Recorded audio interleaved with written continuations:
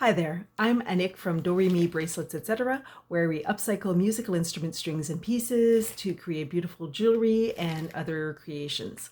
So today I am going to be talking to you about harp strings.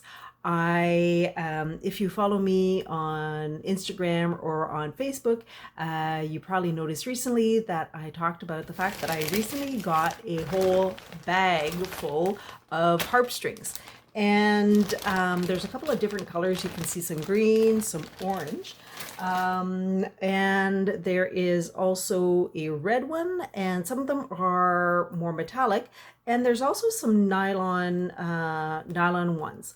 Now, I don't know about you, but when I heard about harp strings, I was curious about what the difference would be in terms of texture, in terms of how pliable it is compared to guitar strings, which I often use in my creations, or piano wire, piano strings, and even strings such as cello.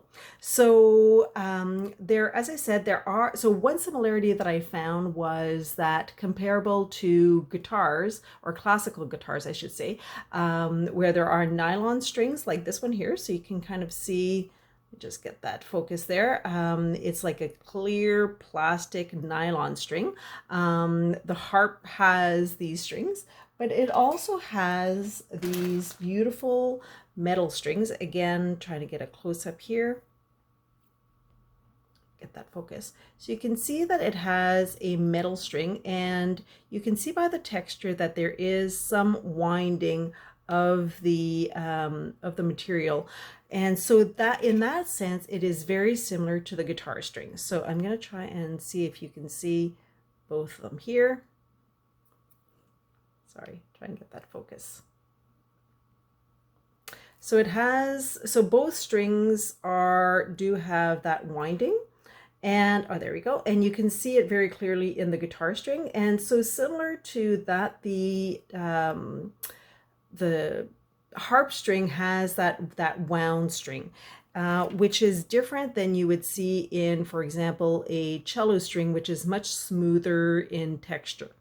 Now, in terms of pliability, if I take the harp string, it's a fairly flexible string. And if I kink it, it will actually keep its shape. So in that sense, again, very similar to the guitar string, which is pretty pliable. And if I bend it, it will keep its shape. So if I then compare it to, we talked about the cello string, which is actually more pliable. It has a little bit more give.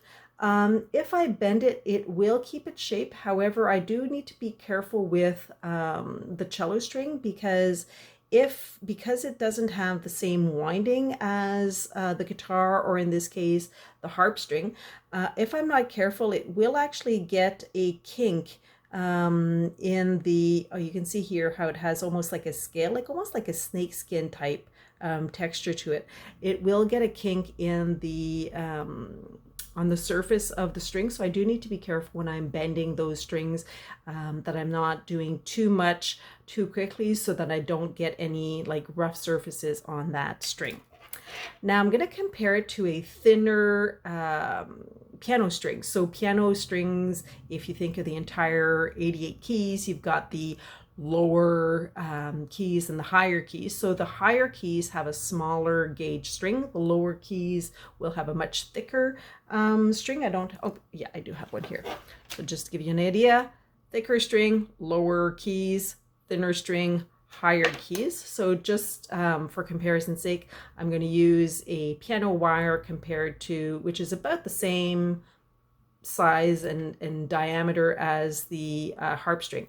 Now, I said earlier that the harp string compared to the guitar string, very flexible, pretty pliable, keeps its shape.